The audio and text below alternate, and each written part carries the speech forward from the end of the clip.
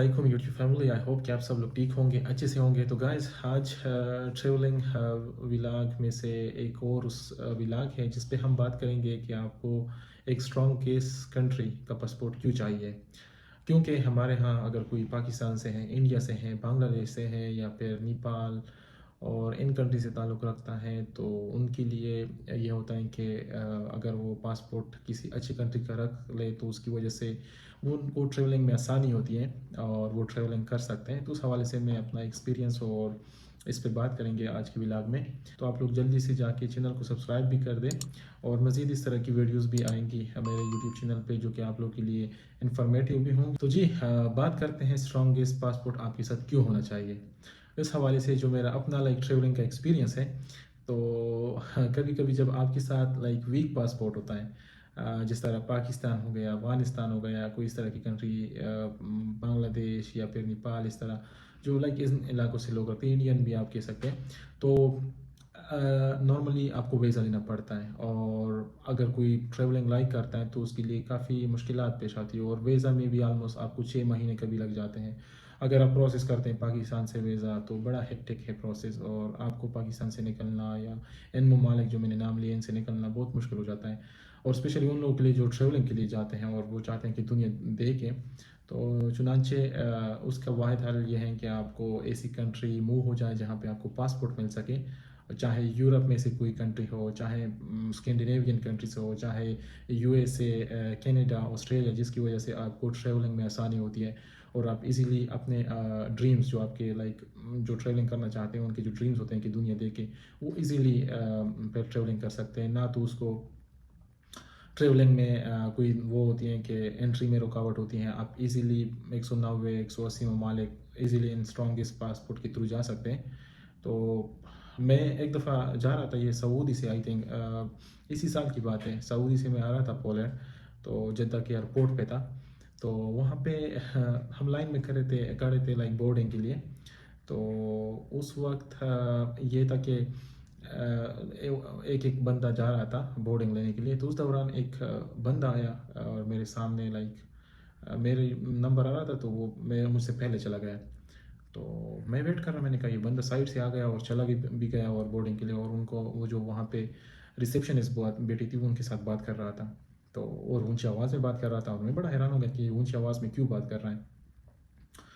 और उनका कुछ बोर्डिंग का इशू था, क्योंकि नॉर्मली जब आप बोर्डिंग करते हैं कुछ एयरलाइन के लिए आप ऑनलाइन भी लेते हैं बुकिंग, वो जो चेक इन करते हैं, और कुछ के लिए आप बोर्डिंग एयरपोर्ट पे जाके आप कर सकते हैं। तो उस हवाले से कुछ उसका इशू था और उसने I think online check in नहीं की थी, तो उस वजह से उस रिसेप्शनिस्ट ने कहा कि आप लाइन में खड़े हो जाए तो आप वो कर लेंगे, आप नॉर्मल यहाँ पे फ़ीस जमा करेंगे, और चूँकि आपने ऑनलाइन चेक इन नहीं की तो आप यहाँ पे भी चेक इन के लिए फ़ीस जमा करेंगे। तो हालांकि वो बंदा बड़ा रूट था और उसने बड़ी आप कह सकते हैं कि जो रवैया था उसका ठीक नहीं था। तो बाद में मैंने उसके पासपोर्ट को देखा, उसके साथ 3 4 पासपोर्ट इस तरह थे और उस पर लिखा था यूनाइटेड स्टेट ऑफ अमेरिका। तो जब मैंने वो देखा तो मुझे बात समझ आ गई कि ये बंदा नहीं बोल रहा, ये पासपोर्ट बोल रहा है। तो आप इससे अंदाज़ा लगा सकते हैं। हालांकि वो बंदा, मुझे ऐसा नहीं लग रहा था कि वो नेटिव यूएस का या यूएस में पैदा हुआ हो या उसके पेरेंट्स यूएस के हो। मुझे ऐसा लगता था कि अरब था, शायद वहाँ से पासपोर्ट लिया था। तो इन हाउ उसके बाद मैनेजर से उसने बात की, पर जो उसने नंबर लिया और उसके बाद आई थिंक उसका काम भी हो गया।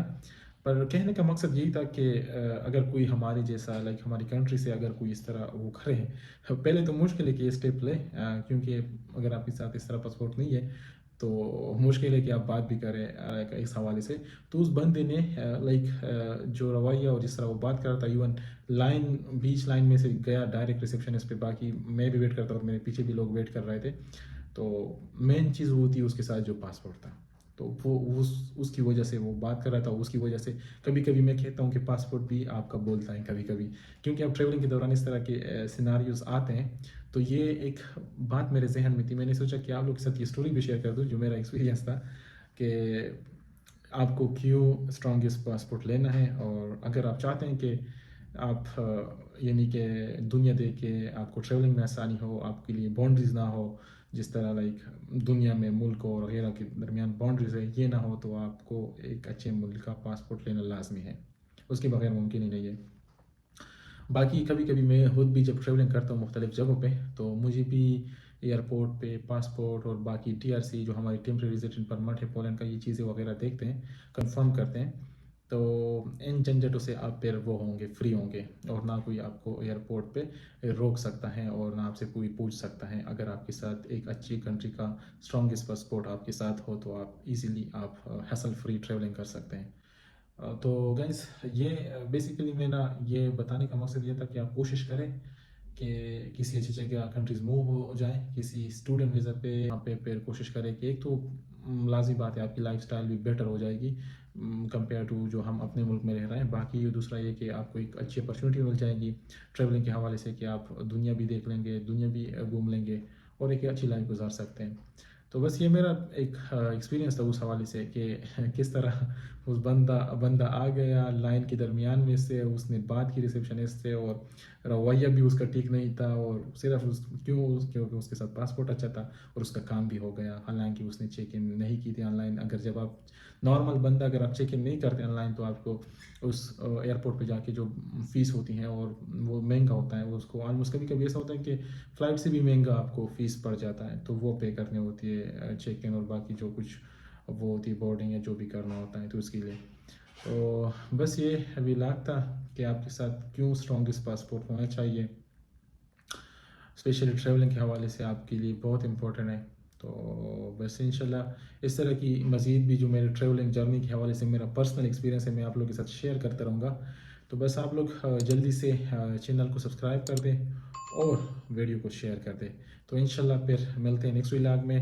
اور ہاں گائز مجھے یہ بھی بتا دیں کہ کس طرح کی ویڈیوز آپ دیکھنا پسند کرتے ہیں میرے چینل پہ، اور کس طرح کی میں ویڈیو بناؤں آپ لوگوں کے لیے، تو آپ لوگ مجھے کامنٹ سیکشن میں سجیسٹ بھی کر سکتے ہیں۔ اور میں نارملی آپ کو پتہ ہے کہ ٹریولنگ کی ویڈیوز بناتے رہتا ہوں، اپنی انفارمیشن شیئر کرتا ہوں کہاں پہ ویزا کے حوالے سے یا کہیں پہ میرا جو اپنا ایکسپیرینس ہے کسی چیز کے حوالے سے، تو میں کوشش کرتا ہوں کہ وہ جو میرا پریکٹیکل ایکسپیرینس ہے آپ لوگوں کے ساتھ شیئر کیا جائے۔ تو چلو گائز پھر انشاءاللہ ملتے ہیں نیکسٹ ولاگ میں، تب تک کے لیے کاشف کی طرف سے اللہ حافظ، جہاں بھی رہیں خوش رہیں، السلام علیکم۔